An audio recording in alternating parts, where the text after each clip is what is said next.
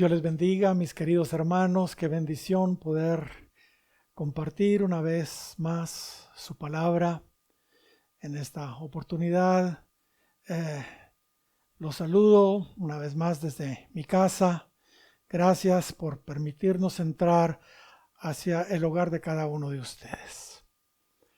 Como ustedes recordarán, las últimas veces que estuvimos compartiendo su palabra, descubrimos claramente el momento profético preciso en el que nos encontramos hoy. También estuvimos observando el orden de los acontecimientos futuros que muy pronto como iglesia estaremos enfrentando. Desde la perspectiva humana, visualizamos realmente buenas y malas noticias. Desde la perspectiva humana. Por un lado, nos dimos cuenta de que Jesús mismo nos ubica en lo que Él llamó principio de dolores. Ese es el momento profético en que nos encontramos ahorita. Eso lo encontramos en Mateo capítulo 24, versículos 7 y 8. Eso, por supuesto, no suena nada agradable. Pues como sabemos, los dolores de parto cada vez son más agudos y más frecuentes. Sin embargo, la buena noticia es que inmediatamente después de esos dolores de parto, que ya estamos experimentando, vaya si no, la vida de Cristo finalmente, gloria a Dios, será dada a luz en su iglesia y todo ese sufrimiento del trabajo de parto lo olvidaremos por el gozo que tendremos cuando finalmente veamos a Cristo manifestado en nuestras vidas, en nosotros. Esto, naturalmente, dijimos, desembocará en el más grande avivamiento que jamás haya existido antes. Pues las personas ya no nos van a ver a nosotros, sino van a ver a Cristo en nosotros. Y eso sí que va a convencer a la gente, pues su carácter, el fruto del Espíritu, amor, gozo, paz, etcétera, etcétera, y su poder, esas 7 unciones de Dios, fluirán a través de su iglesia de una manera maravillosa. El Evangelio del Reino entonces será predicado a todas las naciones, como Mateo 24 y verso 14 dice.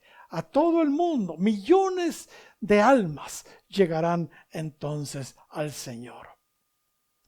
Después de esa maravillosa experiencia, el cuadro profético nos anuncia nuevamente algo terrible. La gran tribulación, no vamos a hablar de ella. No es el momento para hablar de ella. Sin embargo, al final de ese periodo, en el momento quizá más oscuro, de mayor oscuridad, sucederá lo que tanto hemos estado esperando también como iglesia, el arrebatamiento de la iglesia, de su esposa, aleluya.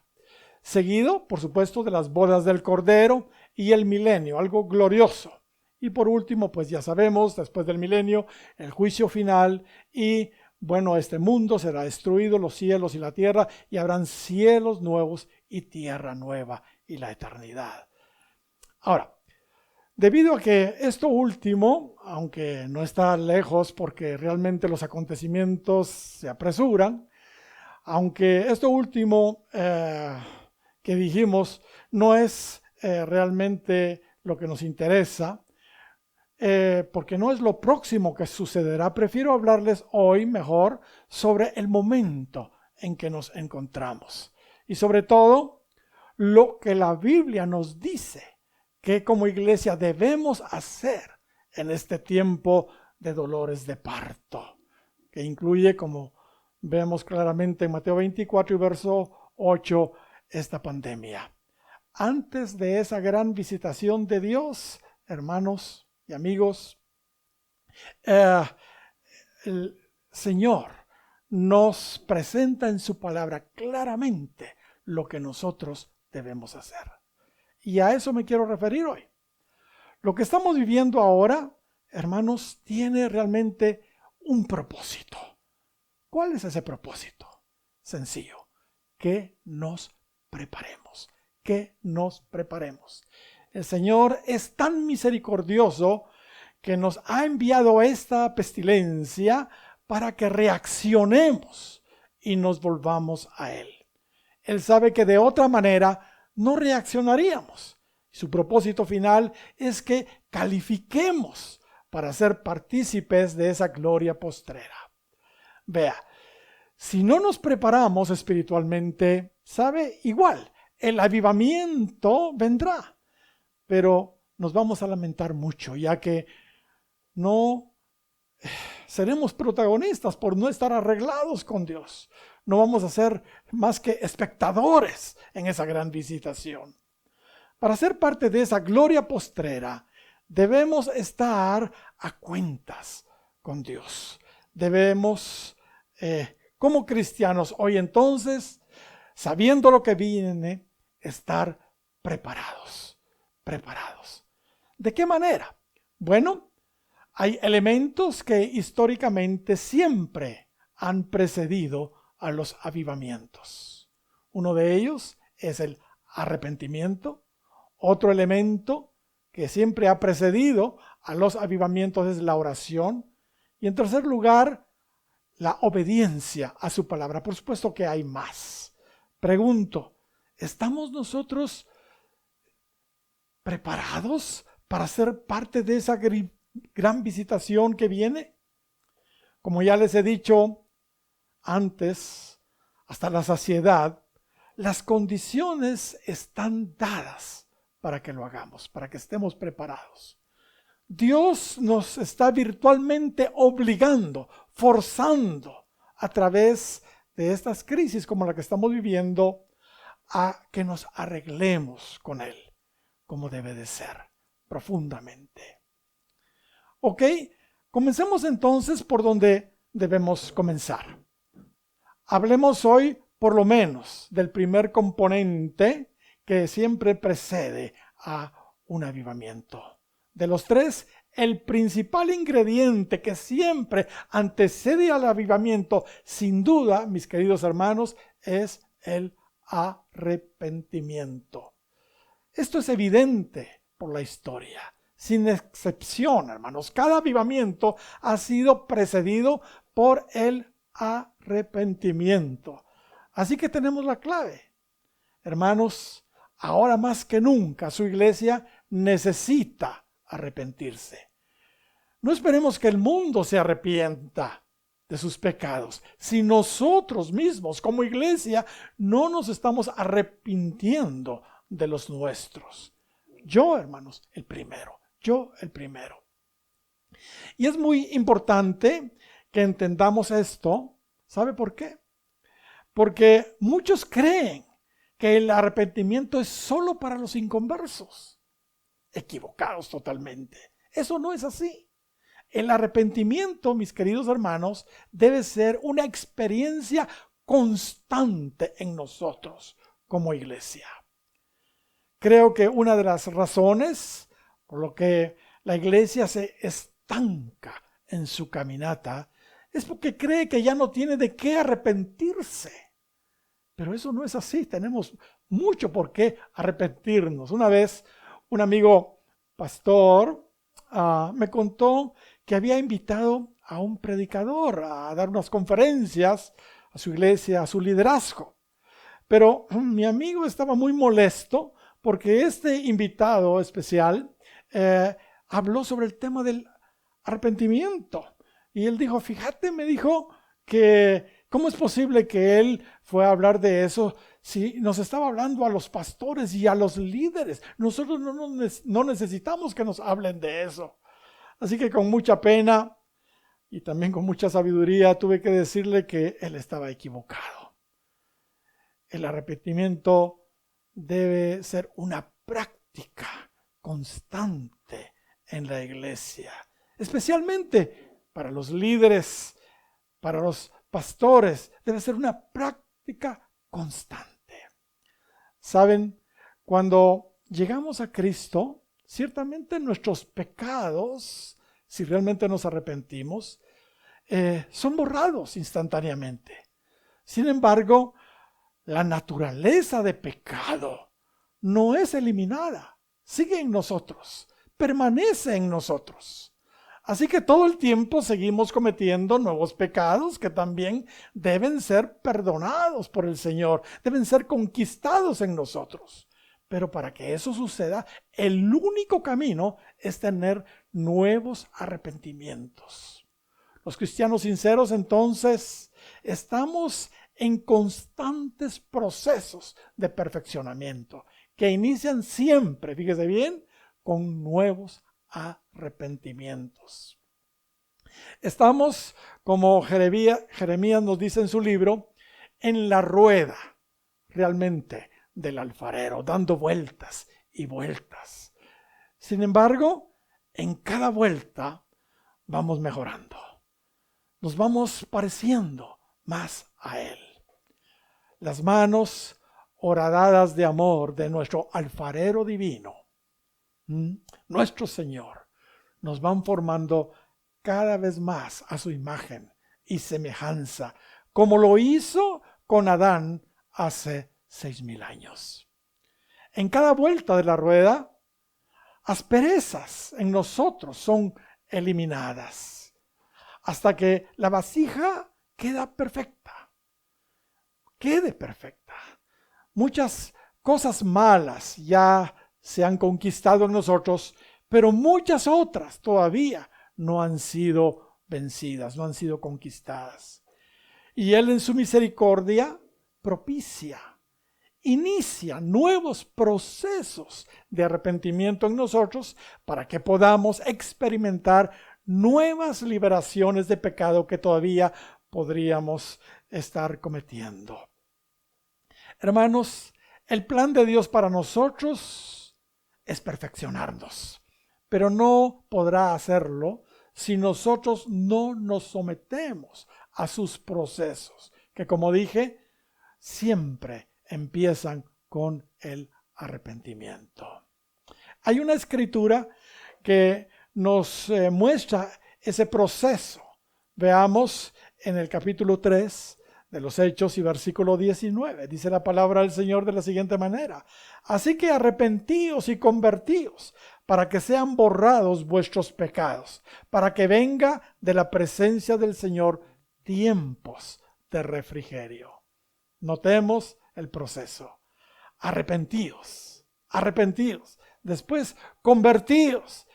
¿Para qué? Para que sean borrados los pecados. O sea, Él quiere conquistar los pecados nuevos en nosotros, ¿verdad? Y entonces van a venir tiempos de refrigerio, tiempos de avivamiento, pues. Notemos cómo el avivamiento viene después de ese proceso que inicia con el arrepentimiento. Esto debería suceder todo el tiempo, en lo individual como creyentes y por supuesto en las congregaciones locales y en la iglesia universal. Idealmente así debería de ser. Claramente vemos que los procesos constantes de crecimiento que tenemos empiezan con arrepentimiento. Siguen con conversión, continúan con la conquista del pecado y culminan con un tiempo de refrigerio, de nuevo despertar, de avivamiento. Es por eso que Pablo dice en 2 Corintios capítulo 3 y versículo 18 de la siguiente manera: por tanto nosotros, todos, mirando a cara descubierta, como en un espejo, la gloria del Señor, somos transformados de gloria en gloria en la misma imagen como por el Espíritu del Señor. ¡Qué maravilloso! Aquí se nos dice que después de cada proceso se alcanza un nivel mayor de gloria, hasta alcanzar su misma imagen. Ese es el plan de Dios. Aleluya. Por si todavía dudara alguien que la iglesia debe arrepentirse, mire lo que Cristo le dice a la iglesia de Éfeso. Vamos a Apocalipsis capítulo 2 y capítulo 2 y versículo 4 en adelante. Dice allí: pero tengo contra ti que has dejado tu primer amor. Recuerda por tanto de dónde has caído y arrepiéntete. ¿Qué dice ahí? Y arrepiéntete y haz las primeras obras, pues si no, vendré pronto a ti y quitaré tu candelero de tu lugar si no te hubieres arrepentido. Quitaré tu candelero de su lugar si no te hubieres, ¿qué? Arrepentido. La iglesia de Éfeso tenía el pecado de haber perdido su primer amor y dejar de hacer las primeras obras. Así que Cristo le exhorta ¿a qué? Al arrepentimiento y a retomar esas primeras obras que había dejado de hacer. ¿Y qué me dicen de Pérgamo? También a Pérgamo se le dice que se arrepienta por haber abrazado esa doctrina de Balaam, por haber abrazado también esa doctrina de los nicolaitas. No vamos a hablar de eso porque no terminaríamos, pero notemos, Pérgamo también, la iglesia de Pérgamo fue amonestada para que se arrepienta. ¿Y qué me dicen de Sardis? A Sardis le dice el Señor que se arrepienta por decir que está viva y en realidad está muerta espiritualmente y porque sus obras no eran perfectas. ¿Y qué le dijo a la Odisea? La iglesia de la Odisea la exhorta a que se arrepienta por ser tibia, por ser autosuficiente. Así que por eso también se le dice que debe arrepentirse. Hermanos, la práctica del verdadero arrepentimiento, sobre todo ahora, es determinante en la iglesia. Si en realidad queremos ser transformados y ser participantes de esa gloria postrera que está a las puertas. ¿Sabe? El arrepentimiento es pero tan importante que Pablo lo menciona en el primer lugar de las doctrinas cardinales de la iglesia. Y si está en primer lugar, si Pablo lo menciona en primer lugar, sin duda, es porque es la doctrina más importante. ¿No creen ustedes? Dice así el capítulo 6 de la carta a los Hebreos y versículo 1 y 2. Por tanto, dejando ya los rudimentos de la doctrina de Cristo, vamos adelante a la perfección, no echando otra vez, fíjese bien, el fundamento del arrepentimiento de las obras muertas. Primer fundamento entonces. El segundo es la fe en Dios. El tercero es la doctrina de bautismos. El cuarto es la imposición de las manos. Y el quinto fundamento es la resurrección de los muertos. Y el sexto, el juicio eterno. Veamos otras escrituras donde se ve claramente su importancia. Miremos cómo Marcos empieza su evangelio. El evangelista Marcos, mire cómo empieza su evangelio. Marcos capítulo 1 y versículo 1.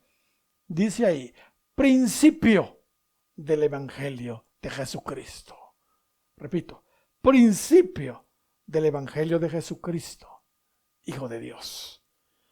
Verso 2, como está escrito en Isaías el profeta, he aquí yo envío mi mensajero delante de tu faz, el cual preparará tu camino delante de ti. Verso 3, voz del que clama en el desierto, preparad el camino al Señor, enderezad sus sendas.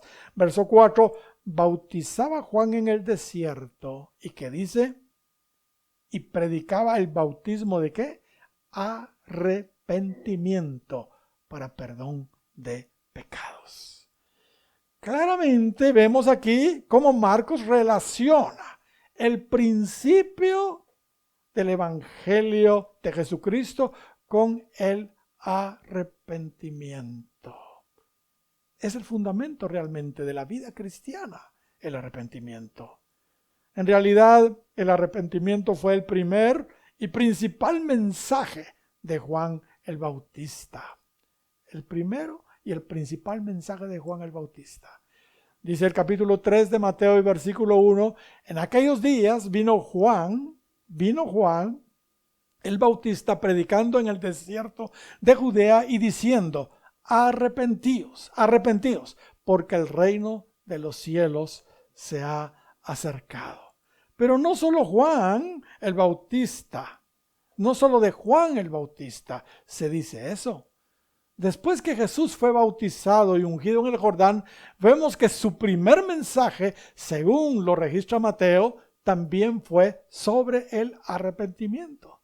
Mire lo que dice el capítulo 4 de Mateo y versículo 17. Desde entonces comenzó Jesús a predicar y a decir: arrepentíos, porque el reino de los cielos se ha acercado. Y como si esto fuera poco, el arrepentimiento también fue el primer mensaje que dio la iglesia a través de Pedro allí en Pentecostés. Cuando los judíos oyeron a Pedro explicando lo que había pasado ahí en el aposento alto, en Hechos capítulo 2 y versículo 37, todos estaban ahí compungidos de corazón. Dijeron a Pedro y a los otros apóstoles: varones, hermanos, ¿qué haremos? ¿Y qué fue lo que Pedro les contestó? Capítulo 2 de los Hechos, verso 38. Pedro les dijo: arrepentíos, arrepentíos, y bautícese cada uno de vosotros en el nombre de Jesucristo para perdón de pecados, y recibiréis el don del Espíritu Santo.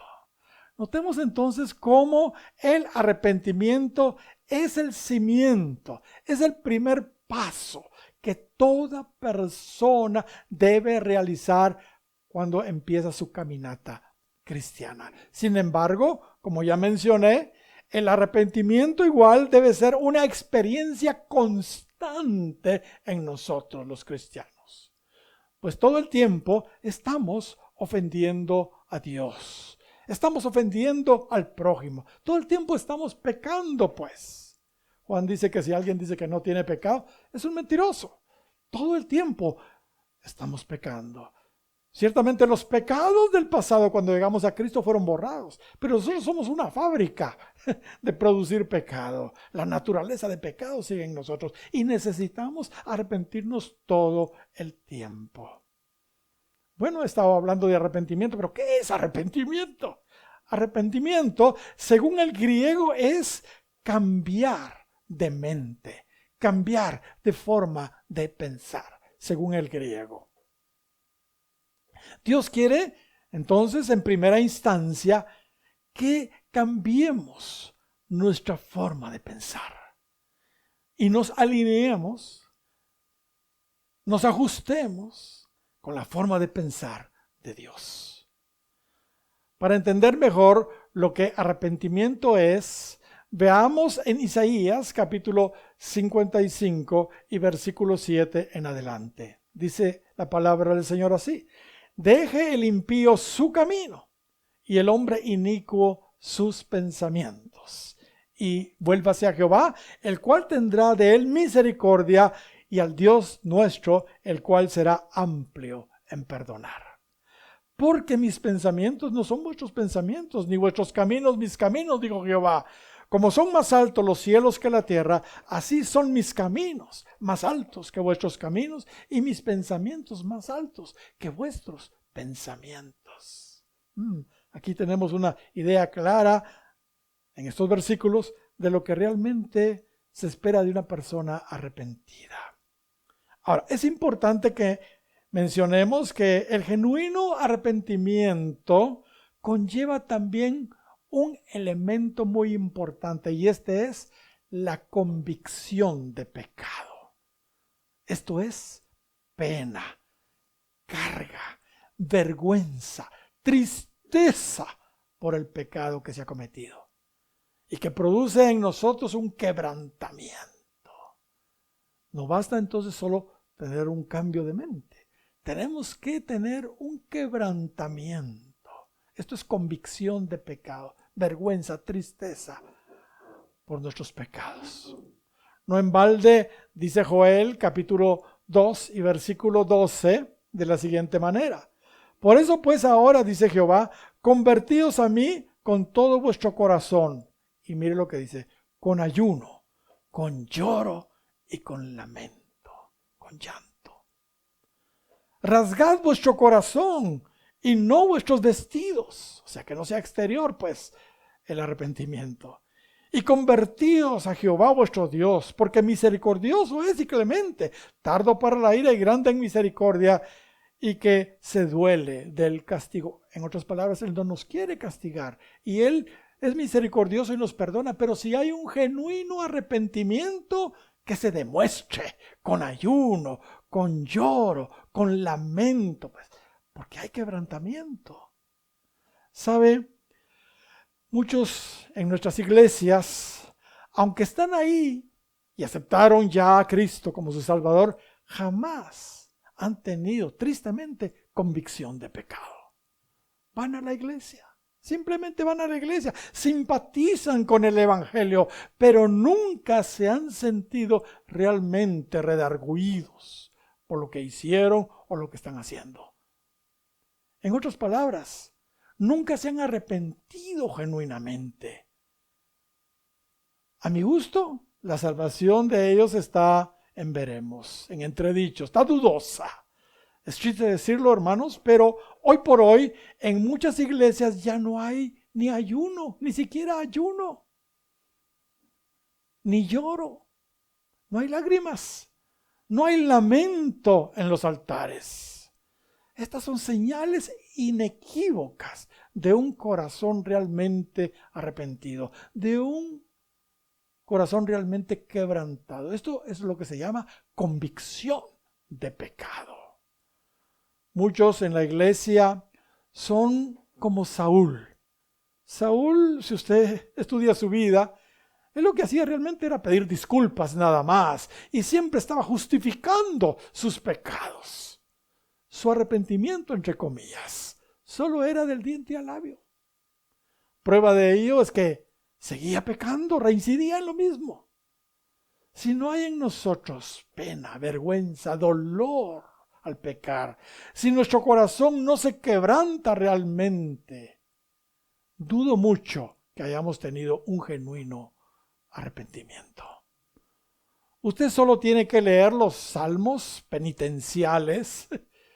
Usted, si quiere, los puede leer en su casa, no los vamos a ver ahora, pero el Salmo número 6, el 32, el 38, el 51, el 102, el 130, el 143. Si usted lee esos salmos penitenciales, se va a dar cuenta de lo que realmente es un arrepentimiento. El Salmo 51 de David es quizá de esos salmos penitenciales el más elocuente. Todo el salmo muestra claramente un corazón quebrantado en David. Pero leamos el verso 17 del 51 de los Salmos por lo menos. Los sacrificios de Dios son el espíritu que dice quebrantado. El espíritu quebrantado. Y al corazón contrito y humillado no lo despreciarás tú. No lo despreciarás tú, oh Dios. Isaías capítulo 57 y versículo 15 dice, porque así dijo el alto y sublime, el que habita en la eternidad y cuyo nombre es el santo. Yo habito en la altura y la santidad, pero fíjese donde más también, y con el quebrantado y humilde de espíritu. El Señor quiere, hermanos, corazones arrepentidos, quebrantados, que lo demuestren pues que realmente están quebrantados, arrepentidos, para hacer vivir el espíritu de los humildes y para vivificar el corazón de los quebrantados. Él les quiere dar un avivamiento, un nuevo despertar a aquellos que realmente han tenido un verdadero arrepentimiento. Otro elemento que también conlleva el arrepentimiento y que muchos ignoran es, fíjese bien, la confesión. La confesión. Lamentablemente, este ingrediente importante del arrepentimiento se ha evadido hoy en la iglesia evangélica. En muchas de las iglesias evangélicas, quizá por el trasfondo religioso que muchos traen, donde la confesión se practica de una manera equivocada. Quizá por eso es que hoy se elude la confesión en esas iglesias. Sucede también que por la indiscreción de los ministros, las personas simplemente no quieren irse a ministrar, no quieren ir a confesar sus pecados. Sin embargo, debo decir, con mucha pena, aunque no nos guste, la confesión sí es bíblica. Cuando una persona está dispuesta a confesar, demuestra que sí quiere ser libre de ese pecado que está confesando. Si lo oculta, lo más seguro es que va a reincidir en lo mismo. Razón tenía el proverbista cuando dijo ahí en Proverbios capítulo 28 y versículo 13, el que encubre sus pecados no prosperará. Pero mire lo que dice, más el que confiesa, por supuesto, y se aparta, alcanzará misericordia. Mire lo que dice, lo que David dijo, en otro salmo penitencial. Salmo 32 y versículo 3. Mire lo que David pone allí. Mientras callé, o sea, mientras no lo confesé, pues, se envejecieron mis huesos. El trato de Dios vino sobre David y se enfermó mucho. En mi gemir todo el día, dice, porque de día y de noche se agravó sobre mí tu mano. Se volvió mi verdor en sequedad de verano. Virtualmente estaba muriendo, pero vaya que reaccionó a través del profeta que le fue a llamar la atención, ¿verdad?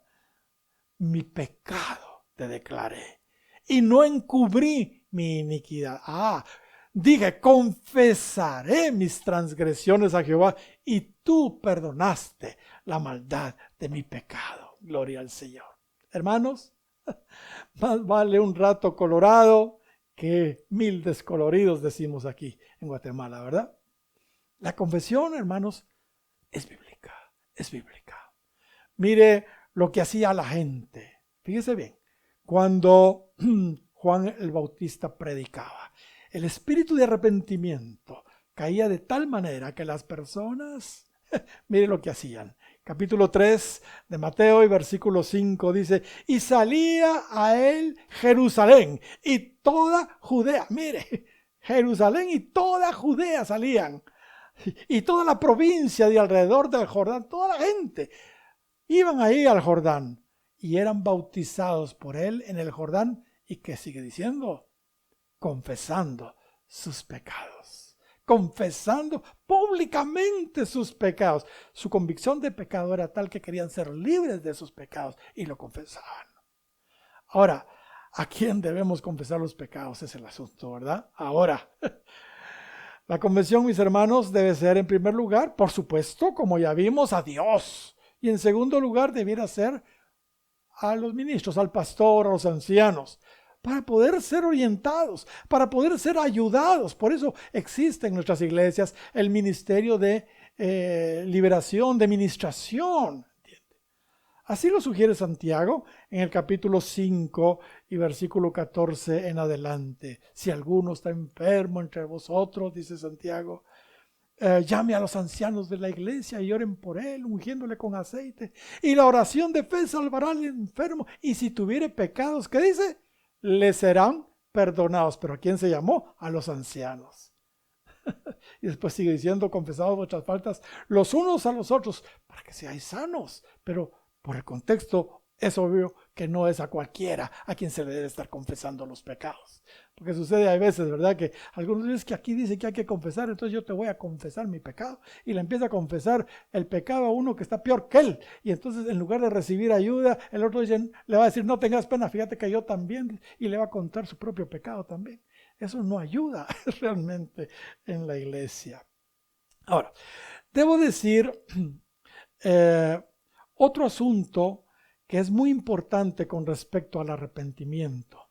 Esto es muy importante. No basta que cambiemos entonces de forma de pensar. No basta también sentir pena, vergüenza por el pecado que cometemos. No basta, como acabamos de ver, confesar nuestros pecados. Es muy importante también que cambiemos de forma de actuar, de conducirnos. En otras palabras, que dejemos de pecar, pues. Que dejemos de pecar. La escritura de Isaías 55 que leímos y versículos 7 y 8 muestra que no solo debemos cambiar nuestros pensamientos, sino también cambiar nuestros caminos. Nuestros caminos. Isaías 55:7, leámoslo. Deje el impío su camino y el hombre inicuo sus pensamientos, y vuelvas a Jehová, el cual tendrá de él misericordia, y al Dios nuestro, el cual será amplio en perdonar, porque mis pensamientos no son vuestros pensamientos, ni vuestros caminos mis caminos, dijo Jehová. Notemos, dejar los pensamientos que teníamos antes por los pensamientos de Dios no es suficiente. Tenemos que cambiar también nuestra caminata. Hay una palabra que está muy relacionada con arrepentimiento, y esa palabra se llama conversión. Ya la encontramos atrás. Arrepentimiento tiene que ver con cambiar nuestra forma de pensar, mientras que conversión tiene que ver con cambiar nuestra forma de actuar. Nuestra forma de actuar. Conversión en el original significa volverse, regresar, darse la vuelta, pues, dar un giro de 180 grados. Realmente es una voz militar, que es media vuelta, regresar, pues. Por eso Juan el Bautista le decía a los fariseos y saduceos que se acercaban a oírlo, ahí en el capítulo 3 y versículo 8 de Mateo: haced pues frutos dignos de arrepentimiento. Haced pues frutos dignos de arrepentimiento. Cuando hay un genuino arrepentimiento, hay también fruto de ese arrepentimiento. Un fruto digno de arrepentimiento. Una señal clara en las personas que realmente se han arrepentido es que están dispuestas a cambiar su forma de conducirse, su forma de actuar. Incluso, fíjese bien, piden instrucciones para saber qué hacer. Piden instrucciones para saber qué hacer. En otras palabras, quieren cambiar y hacer las cosas bien. Quieren agradar a Dios. Es muy interesante ver en su palabra cómo aquellos que se arrepentían genuinamente preguntaban siempre qué debían hacer. Siempre preguntaban qué debo de hacer. Ellos estaban dispuestos a hacer absolutamente todo aquello que se les indicara. Estaban dispuestos a someterse a lo que se les indicara. Veamos lo que decían aquellos arrepentidos con el mensaje de Juan el Bautista. Primero veamos el verso 10 del capítulo 3 de Lucas. Y la gente le preguntaba diciendo, las personas, ¿verdad? ¿Qué haremos? Entonces, ¿qué haremos después de oír ese mensaje tan fuerte de Juan el Bautista? Porque era un mensaje muy duro. ¿Qué haremos? Y respondiendo, les dijo: el que tiene 2 túnicas, dé al que no tiene. Y el que tiene que comer, haga lo mismo. Mire, una persona arrepentida pregunta qué debe de hacer y se le deben dar las instrucciones. Verso 12. Vinieron también unos publicanos para ser bautizados y le dijeron: maestro, ¿qué haremos? ¿Qué haremos? ¿Qué les contesta Juan el Bautista? Les dijo: no exijáis más de lo que os está ordenado. Pero también llegaron los soldados. Mire lo que dice el verso 14. Y le preguntaron unos soldados diciendo: ¿y nosotros qué haremos? Pero todos están preguntando: ¿qué haremos? ¿Qué haremos? ¿Qué haremos? Y les digo: no hagáis extorsión a nadie, ni calumniéis, y contentaos con vuestro salario.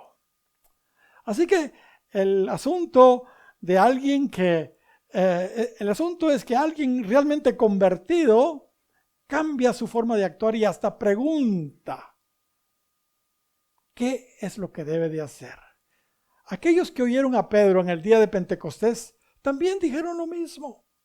En Hechos capítulo 2 y versículo 37 dice de la siguiente manera: al oír esto se compungieron de corazón y dijeron a Pedro y a los otros apóstoles: varones hermanos, ¿qué haremos? ¿Qué haremos?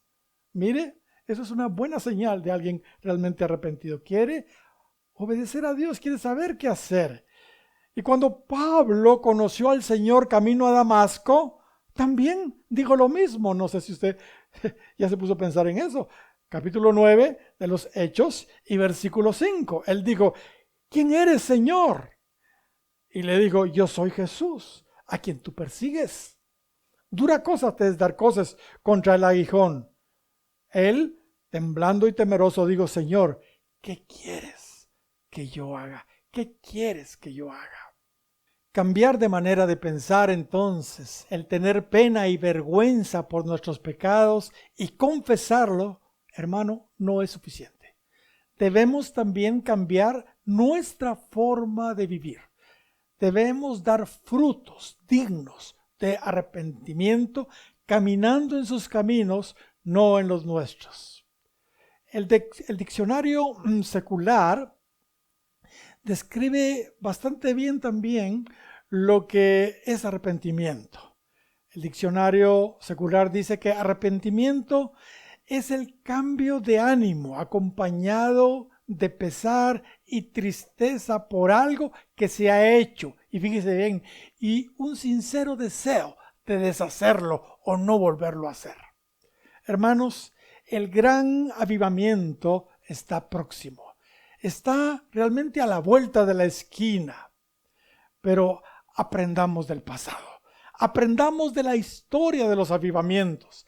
El arrepentimiento los ha precedido siempre y por supuesto en esta ocasión no es la excepción, no es la excepción. Algunos me dirán, pastor, ¿arrepentirnos de qué? ¿Arrepentirnos de qué? Hermano, para comenzar, arrepiéntase si usted está pensando eso. La iglesia hoy está llena de pecados. Tiene muchos ídolos en su corazón para comenzar. La iglesia está tibia, tiene que arrepentirse de eso. La iglesia está acomodada, tiene que arrepentirse de eso. La iglesia es hipócrita, religiosa. La iglesia tiene orgullo, la iglesia es mundana, comete inmoralidad, la iglesia roba, ni siquiera diezma, la iglesia miente, es indiferente ante las necesidades, es egoísta, tiene celos, tiene rivalidad, etcétera, etcétera, etcétera. Usted lo sabe. Sí, hermanos, los cristianos tenemos mucho por qué arrepentirnos. Y este es el tiempo propicio y profético para hacerlo. Solo de esa manera, mis queridos hermanos, estaremos preparados para el gran despertar, el gran avivamiento que jamás la iglesia ha experimentado antes.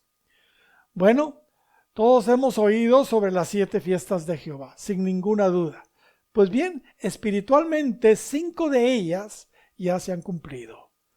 La Pascua ya se cumplió, los panes sin levadura ya se cumplió, las primicias de los primeros frutos ya se cumplió, Pentecostés por supuesto ya se cumplió, y en 1948 empezó espiritualmente a cumplirse ya la fiesta de las trompetas, cuando Israel alcanzó el grado de estado.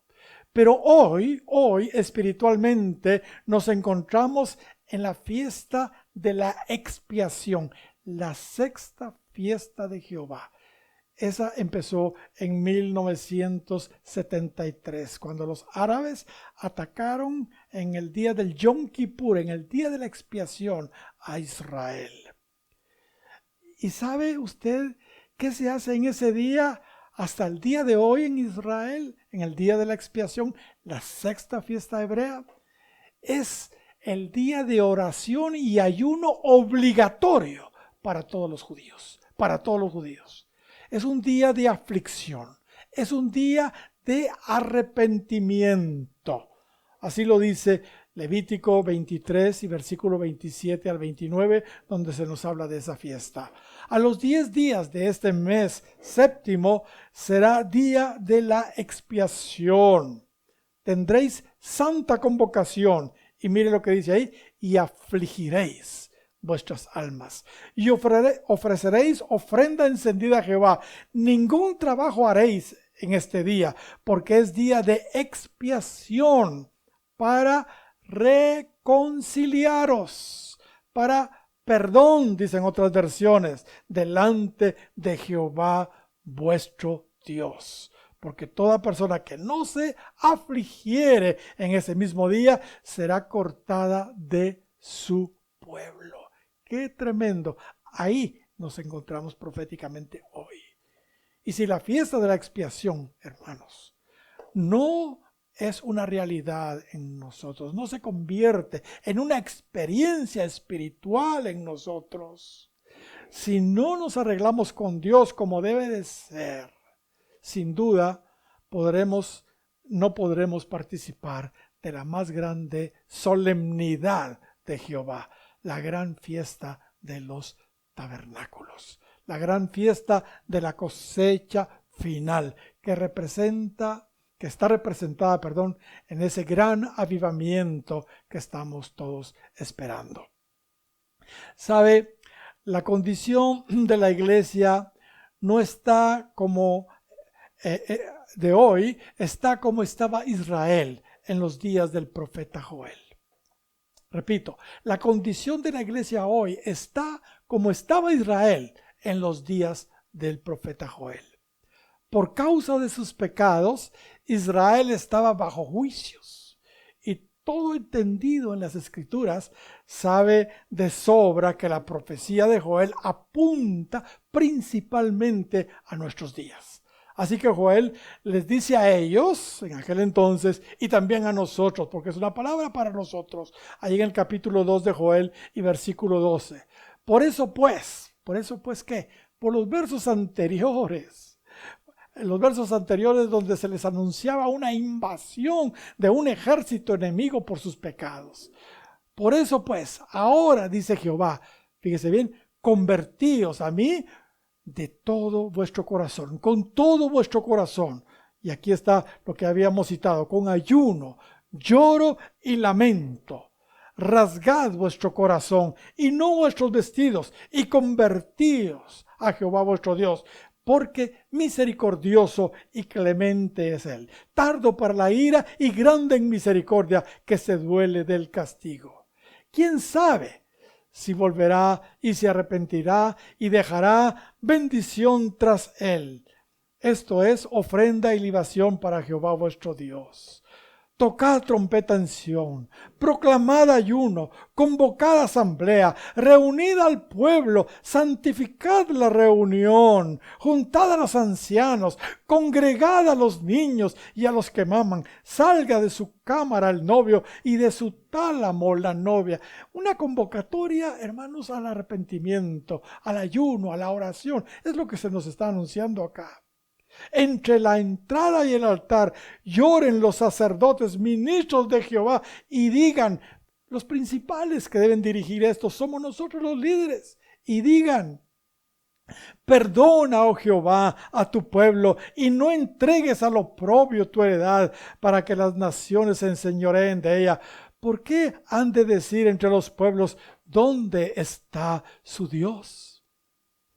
Y en el verso 18 dice que Jehová entonces perdonará a su pueblo. ¿Y cuál es el resultado? Lo que tanto hemos estado esperando.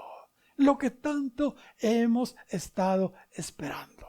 Esta escritura es profética para nuestros días. Antes del avivamiento, lo que acabamos de leer, el arrepentimiento determinante. Dice el verso 23, vosotros también, hijos de Sión, alegraos y gozaos en Jehová vuestro Dios, porque os ha dado la primera lluvia a su tiempo, y hará descender sobre vosotros lluvia temprana y tardía, como al principio. Las eras se llenarán de trigo, y los lagares rebosarán de vino y de aceite, y os restituiré los años que comió la oruga, el saltón, el revoltón, la langosta, mi gran ejército que envié contra vosotros.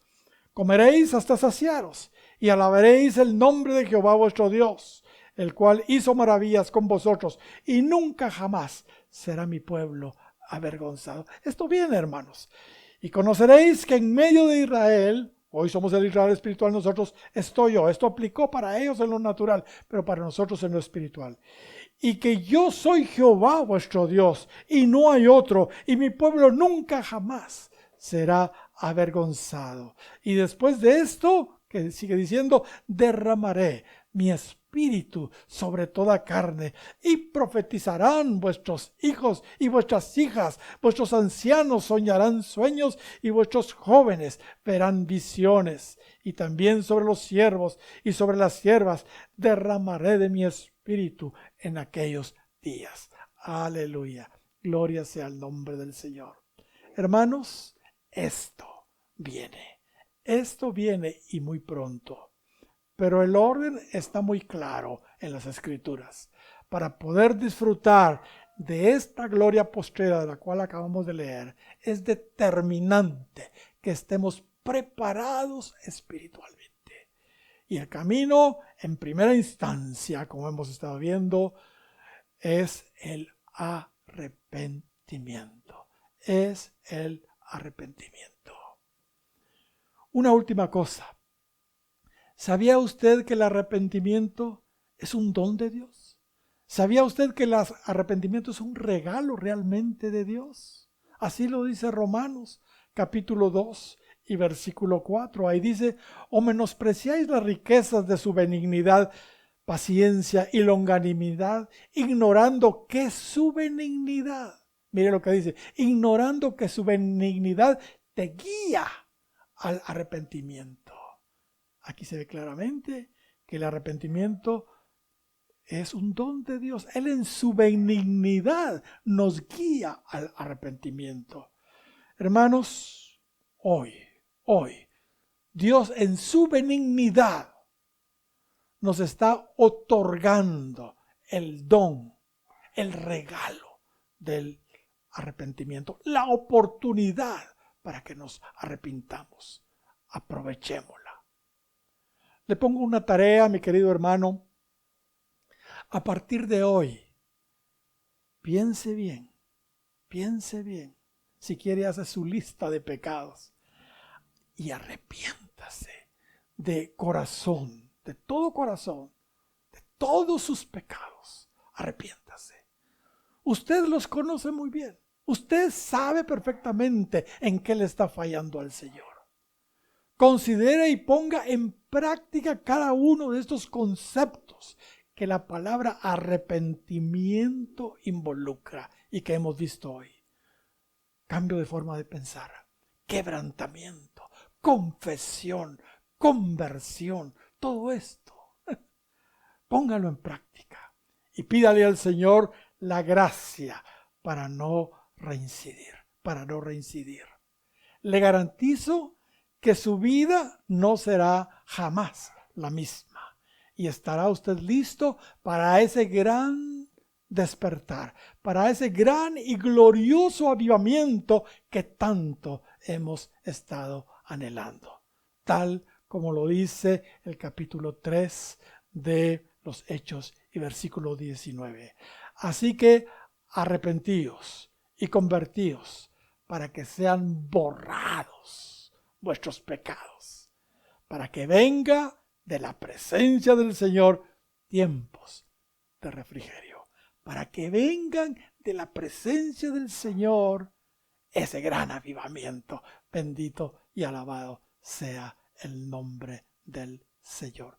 Por favor, mi hermano, ponga esto en práctica y su vida va a cambiar y esto va a propiciar que venga lo que tanto hemos estado esperando. Dios les bendiga a todos.